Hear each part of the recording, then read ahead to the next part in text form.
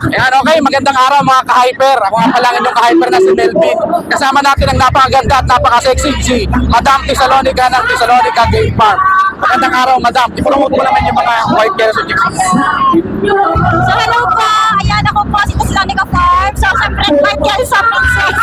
Ayan, so may basta ngayon mga ka-farmers, so sold out po tayo sa white Kelso. Pero ongoing po yung pagkamadami natin sa mga feeders and mga inay natin para mas lalo pong maging malawak yung ating pag-white Kelso. So hindi lang white Kelso, meron na tayong golden voice sweater at bagong bili ko ngayon ay Claret galing kay Joanne.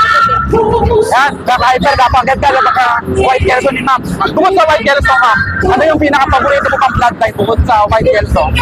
So bukod sa white Kelso, gusto ko rin yung Claret.